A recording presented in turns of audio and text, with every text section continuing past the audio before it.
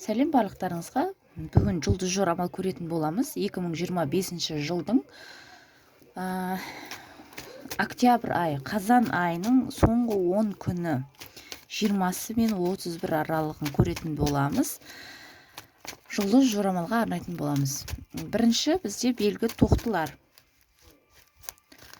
Тоқтыларда жалпы атмосфера қалай болады, қарым-қатынаста қалай болады, жалпы жұмыс мәселе жағында қалай болады, және қаржы мәселесінде қалай болады. Одан кейін сіздерге соңында таро картасынан кеңес көретін боламыз. Тоқтыларда бірінші жалпы атмосферасы күрес, өзіңіздікін дәлелдеу, арпалыстар, үнемі қимыл қозғалыс, кішкене конфликттерде болуы мүмкін жалпы атмосферасында соңғы 10 күнде қазан айының. Яғни бұл жерде күрес, бір демалу, тыныштықта болу деген көрсетіліп тұрған жоқ. Үнемі күрес, бір қарбалас, әрекеттер, қимылдар, өзіңіздікін дәлелдеу, анда жүгіру, мұнда жүгіру деген сияқты жалпы атмосферасы солай көрсетіліп тұр. Енді қарым-қатынас жақтарыңызда жұбыңызбен кішкене сөзге келіспей қалуларыңыз мүмкін. Бойдақтар болатын болса, жұбын таңдауда бір кедергілер болуы мүмкін, яғни таңдауда тұруларыңыз мүмкін. Сіздер қарым-қатынаста жұбыңызбен бір түсініспей, не таңдау жасарыңызды білмей, кеткен дұрыс па, кетпеген дұрыс па деген сияқты сондай белгісіздіктер таңдау жасау болу көрсетіліп тұр. Яғни осы 10 күн ішінде соңғы сіздерде бір таңдау жасау керек болуы мүмкін болады. Яғни қарым-қатынас жалғасады немесе жалғаспайды деген сияқты махаббатқа байланысты. Енді жұмыс жақтарыңызды көретін болсақ, жұмыс жақтарыңызда көбінесе белгісіздіктер, уайымдаулар қалай болады екен деген сияқты. Жалпы атмосферасында күрес болады деді ғой, яғни сол жұмысыңызға да байланысты, қарым-қатынасыңызға да байланысты болуы мүмкін. Яғни жалпы атмосферасында жұмыс жағыңызда бұл жерде белгісіздік, не істеріңізді білмеу, қандай сферада жұмыс жасауды білмеу, яғни сіз бір ғана емес, бірнеше қаржы көзін тапқыңыз келу, іздену, яғни болады ма, болмайды ма деген сияқты, вложение құяйын ба, тәуекел жасайын ба деген сияқты сондай уайымдар, жұмыста кішкене белгісіздіктер, дұрыс істедім ба, дұрыс емес па деген сияқты.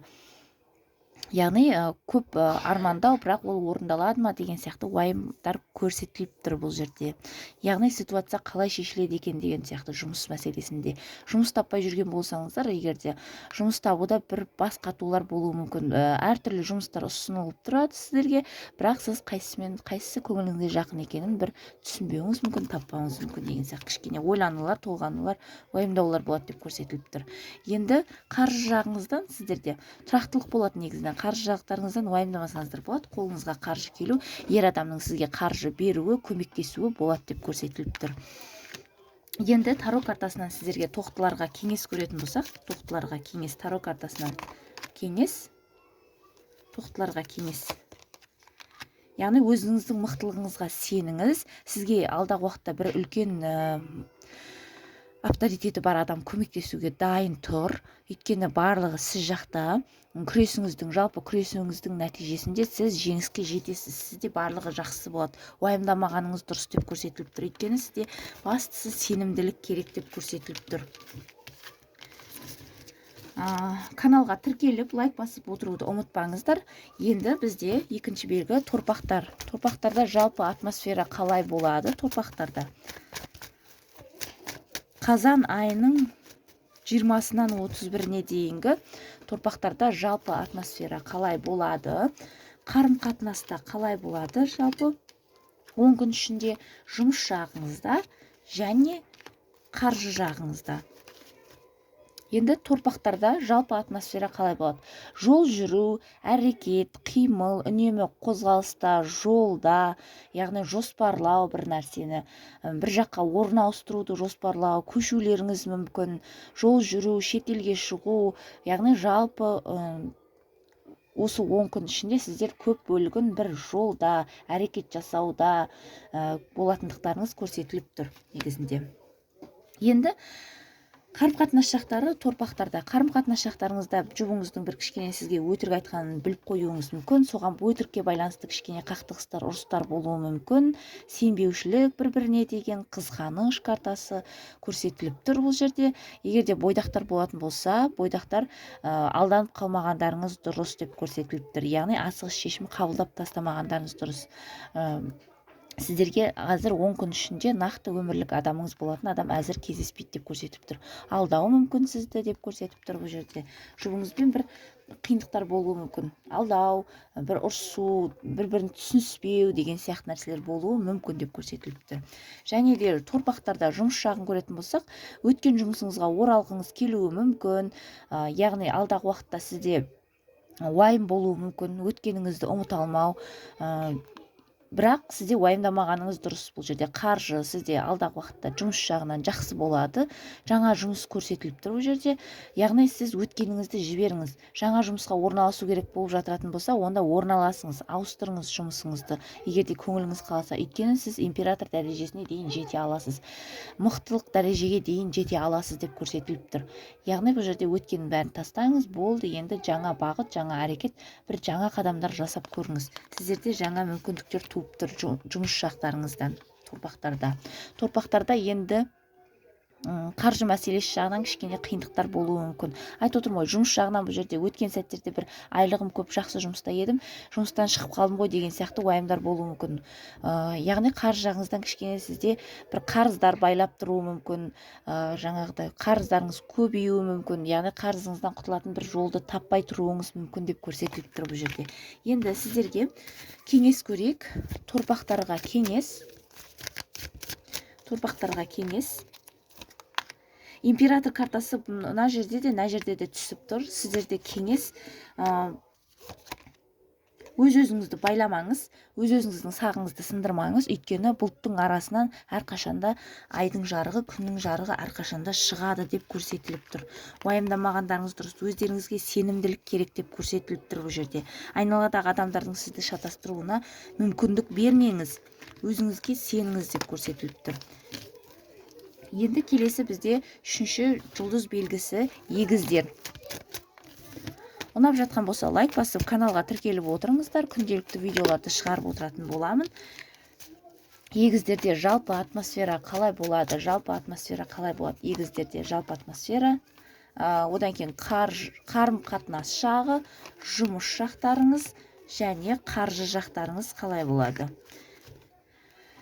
Егіздерде жалпы жаңа бастама, өзін жақсы сезіну, қыдыру, денсаулығының жақсаруы, мықтырақ болу, жеңілдену, жалпы айтқан кезде біраз нәрседен құтылып, ауырлықтан құтылып, өзіңізді жеңіл сезіну картасы түсіп тұр бұл жерде. Жалпы 10 күн ішінде сіздер өздеріңізді жақсы сезіну, тәуекелге бел буу, бір ойламаған жерден шешім қабылдап кетуіңіз мүмкін, көп ойланбай толғанбай деген сияқты.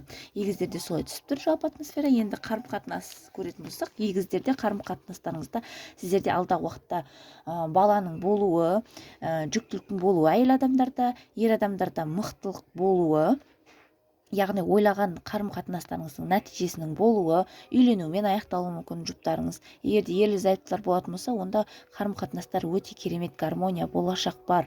Болашаққа деген үміт картасы. Бойдақтар көріп отыратын болса, онда болашақ жұбын кездестіру көрсетіліп тұр бұл жерде. Арманындағыдай, ойындағыдай қарым-қатынас көрсетіліп тұр жалпы. 10 күн ішінде керемет қарым-қатынас болады. Енді егіздерде жұмыс жағын көретін болсақ, жұмыс жағында сіздер өздеріңізді, сіздің сөздеріңіз жұмыста барлық нәрсені шешуі мүмкін. Яғни сіз өзіңізді жақсы ұстауыңыз қажет бұл жерде. Жұмыс жақтарыңызда сіздерде барлығы жақсы болады. Көтерілу, жақсы жаңалықтың болуы, егер де клиенттермен жұмыс жасайтын болсаңыздар, көп клиенттің келуі, довольна болу, көп информациялар жұмыс жақтарыңызда. Яғни жұмыстарыңыз сіздің жаңағыдай заң мәселесі, интернет желісі, қоңыраулар деген сияқты жұмыстармен жасайтын болсаңыздар, өте керемет мүмкіндік деп көрсетіліп тұр.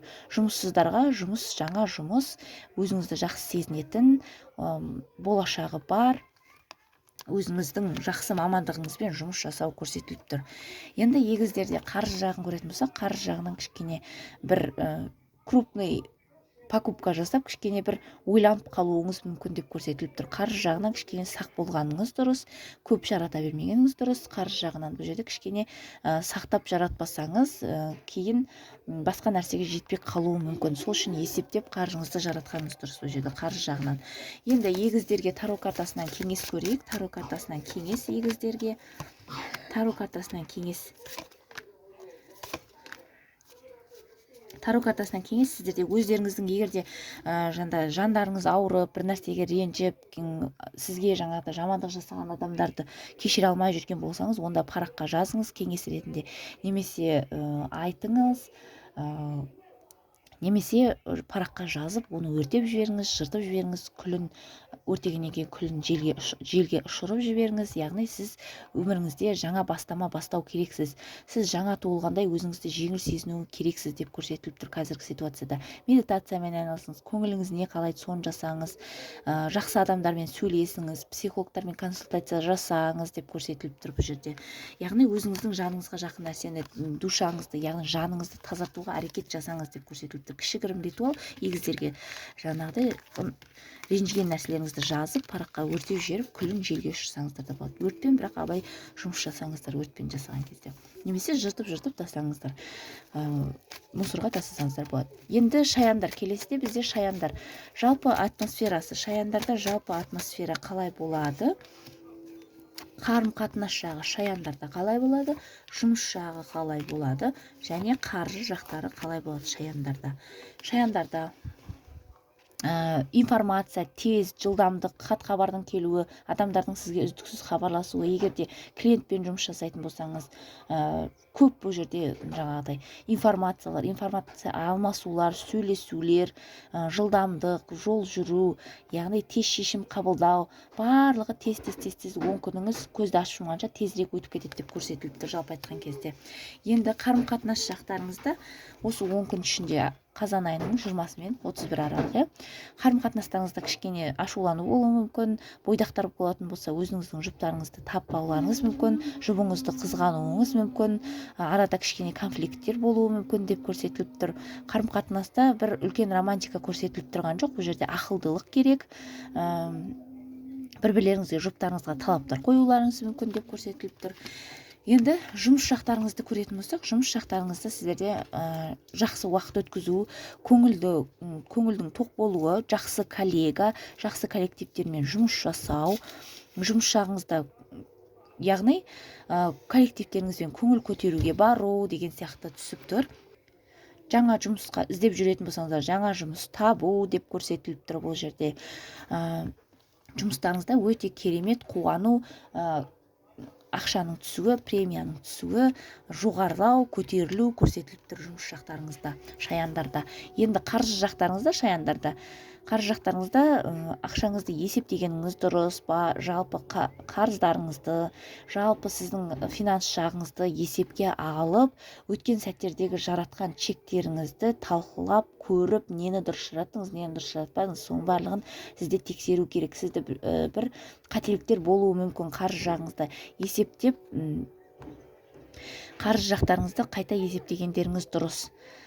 Бір нәрсе алатын кезде де, документтерге қол қоятын кезде де, мысалға несие алу деген сияқты барлығын көріп, талқылап, оқып, қол қою деген сияқты қаржы алуға байланысты сіздерде бір ізденістер, туралық керек болып тұр деп көрсетіліп тұр.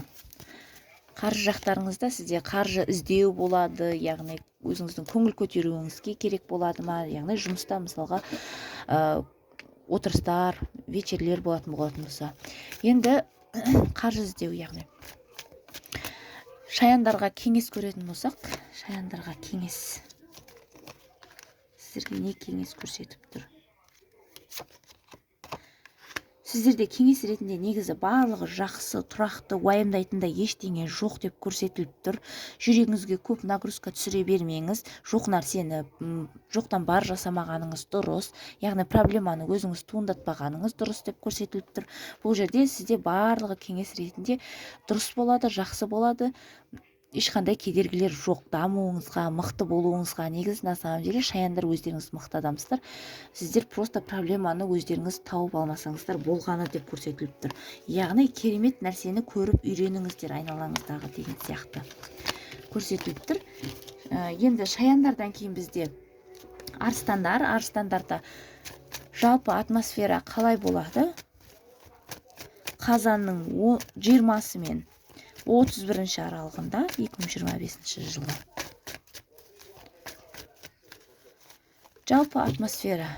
Арыстандарда жалпы атмосфера, қарым-қатынас жақтарыңыз, жұмыс жақтарыңыз және қаржы жақтарыңыз.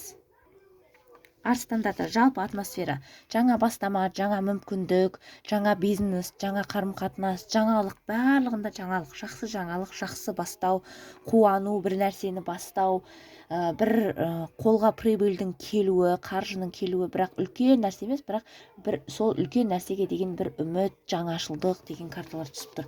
Яғни жаңа мүмкіндіктер, жаңашылдық, жаңа үміттер пайда болады деп көрсетіліп тұр арыстандарда. Енді қарым-қатынастарыңызда өткен сәттегі қарым-қатынасты ұмыта алмай уайымдауларыңыз мүмкін, әлі де ұмыта алмай қиналуларыңыз мүмкін деп көрсетіліп тұр. Яғни воспоминания, естеліктер осы соңғы 10 күн ішінде көп сізді басыңызды айналдыруы мүмкін деген сияқты көрсетіліп тұр. Қарым-қатынастарыңызда кішкене өткен сәтіңіздегі қарым-қатынасты уайымдау деген сияқты, бірақ уайымдамағандарыңыз дұрыс. Өйткені бұл жерде сізде жаңа мүмкіндіктер, сіздерде барлығы негізінен жақсы, өткен сәтті жіберіңіз деген сияқты көрсетіліп тұр. Өйткені ауырлық сіздерді сол өткен сәттеріңізде қарым-қатынас басып тұр деп көрсетіліп тұр. Енді жұмыс жақтарыңызды көретін болсақ, жұмыс жақтарыңызда бір документ қол қою деген нәрселерде абай болғаныңыз жөн деп көрсетіліп тұр. Жұмыста бір кішкене қиындықтар болуы мүмкін, документ жағын жақсылап реттегеніңіз дұрыс деп көрсетіліп тұр. Жаңа жұмысқа орналасу, жаңа хабардың келуі, бұл жерде пажметші, яғни күтіп отырған жаңалығыңыздың тез келуі, яғни әділдіктің болуы, әділдік орнауы деп көрсетіліп тұр. Бұл жерде жаман жаққа қарай емес, жақсы жаққа қарай жаңа жұмыста бір кішкене документ жағынан дұрыс есептеп, дұрыс қарағаныңыз дұрыс деп көрсетіліп тұр. Бұл жерде жұмыс жағыңыздан сіздерде жақсы әділдік орнайды, өзіңіздің орныңызды табасыз деп көрсетіліп тұр. Енді қаржы жағын көретін болсақ, қаржы жағында сіздерде осы соңғы 10 күн ішінде ананы алып, мынаны алып, анаған қызығып, мынаған қызығып, әр нәрселерге қызығып, қаржыңызды жаратып қоюыңыз мүмкін. Айдың соңында сіздерде қаржы жетіспеушілігі кішкене болуы мүмкін. Сол себепті абай болғаныңыз жөн. Осы соңғы 10 күн ішінде қазан айында қаржыңызды абайлап жаратқаныңыз дұрыс. Өйткені қызығушылықтар сізде покупкалар, майда покупкалар жасап, сізде соңында өзіңізге басқа нәрсеге қаржы жетпей қалуы мүмкін деп көрсетіліп тұр. Соған сақ болыңыз кішкене. Енді арыстандарға кеңес көретін болсақ, арыстандарға кеңес соңғы 10 күн ішінде кеңес сіздерге кеңес бұл жерде сіздер өздеріңіздің жандарыңызды тазартуларыңыз керек, өздеріңізге сеніңіздер, сізді жаңағыдай артыңыздан жаман сөздер айтқысы келетін адамдар болуы мүмкін, жаңағыдай сізді қарғап та жатуы мүмкін кішкене, енді Құдай сақтасын.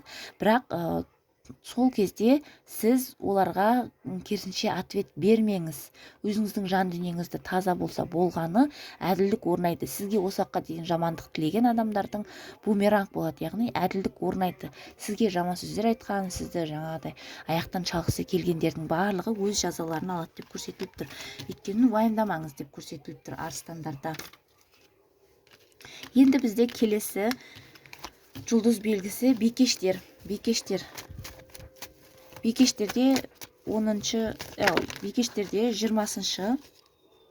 қазан және 31-ші қазан аралығында 2025-те бикештерде жалпы атмосфера қалай болады? Жалпы атмосфера қарым-қатынастарыңызда қалай болады? Және жұмыс жақтарыңыз қалай болады? Қаржы жақтарыңызда қалай болады? Соңғы 10 күн ішінде қазан айында жалпы атмосфера бикештерде, яғни бір нәрсенің аяқталуы, бір жұмыс жоспарының аяқталуы, демалысқа шығу, бір нәрсені аяқтау, қарыздан құтылу, көңілдің тоқ болуы, жалпы жаңағыдай қарызымнан құтылдым ғой деген сияқты, яғни бір мәселемді шештім ғой деген сияқты қуаныштар болады деп көрсетіліп тұр. Яғни бір нәрсенің аяқталуы көрсетіліп тұр. жалпы атмосферасында сіздерде шетелге шығуды ойлауларыңыз мүмкін, жол жүруді ойлауларыңыз мүмкін деп көрсетіліп тұр. Яғни жол жүру, бір шетелге шығып ату деген сияқты болуы мүмкін. Жол жүру, жол мәселесіне байланысты сондай бір нәрселерді аяқтау деген сияқты нәрселер болғалы тұр. Яғни жалпы атмосферасында сіздерде жақсы аяқталу, яғни жеңілдену, бір нәрседен құтылдым ғой деген сияқты қуанулар деп көрсетіліп тұр.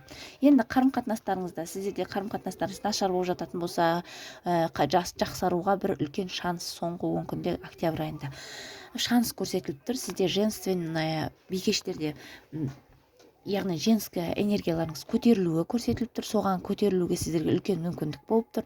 Ер адамдарда да жаңағыдай қарым-қатынастарыңызда түсінбеген, ұрысқан болатын болсаңыздар, сізде қарым-қатынас жақсаруға ықтималдық өте жоғары шанс бар. Татуласуға, керемет қарым-қатынас жасауға мүмкіндіктер бар деп көрсетіліп тұр бұл жерде. Енді бойдақтар көріп отыратын болса, өзіне лайықты адамдар табу, яғни осы уақытқа дейін жұбыңыздың сізге жасырған нәрселерін білу көрсетіліп тұр бұл жерде. Шындық деген сияқты нәрселер көрсетіліп тұр.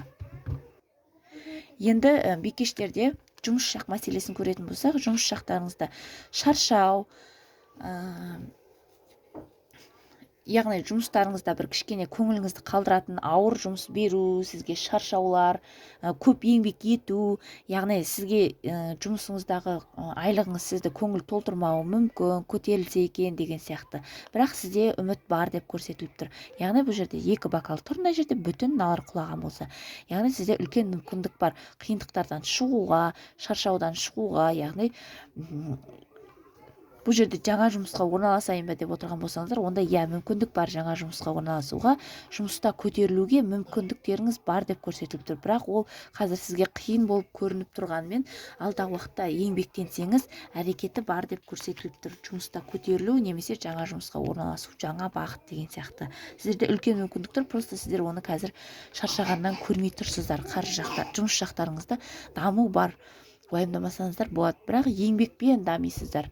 Оған бір жеңіл түрде бола қалады деп айта алмаймын. Еңбектенесіздер, сол кезде жемісін жейсіздер. Жұмыста көтерілу, жаңа жоғары жұмысқа орналасу деген сияқты. Енді бикештерде қаржы жағын көретін болсақ, қаржы жағында сіздер бикештерде әр нәрсеге көп ақшаны құртпағандарыңыз дұрыс, ақшаңызды шамалы сақтағаныңыз дұрыс, өзіңіздің армандарыңызға ақша жинағандарыңыз дұрыс, көп нәрсеге жаратпағандарыңыз дұрыс. Өйткені басқа нәрсеге жетпей қалуы мүмкін. Сол себепті кез келген нәрсені, керек емес нәрселерді жаратпағаныңыз дұрыс деп көрсетіліп тұр.